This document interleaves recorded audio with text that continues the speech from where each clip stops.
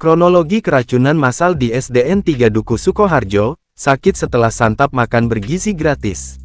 Sebanyak 50 siswa sekolah dasar SD, Negeri 3 Duku, Kecamatan Kabupaten Sukoharjo mengalami mual dan pusing. Ini setelah menyantap makanan dari program makan bergizi gratis MBG.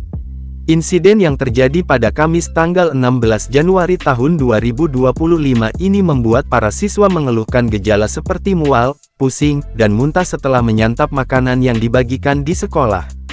Kepala sekolah, Lilik Kurniasi mengatakan peristiwa itu terjadi sekira pukul 10.30 waktu Indonesia Barat. Ada beberapa siswa, saya kurang tahu jumlahnya. Yang pasti setiap kelas dari kelas 1 sampai kelas 6, setiap kelas 2 orang mengalami mual, pusing dan beberapa siswa muntah, paparnya, Kamis tanggal 16 Januari tahun 2025. Lebih lanjut, mengetahui hal itu Kepala Sekolah SDN 03 Duku melapor ke puskesmas terdekat untuk dilakukan penanganan pertama. Sudah koordinasi dengan puskesmas dan SPPG. Kemudian diberikan obat, setelah ini sekolah dan puskesmas Sukoharjo masih dalam pemantauan, tandasnya.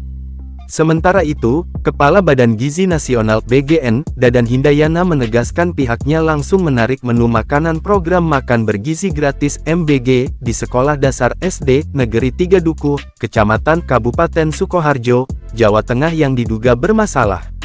Makanan tersebut diduga menyebabkan setidaknya 40 siswa merasakan mual dan pusing. Pihaknya memastikan bahwa peristiwa tersebut terjadi akibat teknik pengolahan ayam yang kurang baik. Sumber protein pada menu makanan tersebut kemudian diganti dengan telur. Masalah teknis pengolahan detailnya menyusul ya, tapi menu ayam crispy itu ditarik untuk yang lain dan diganti telur rebus, katanya.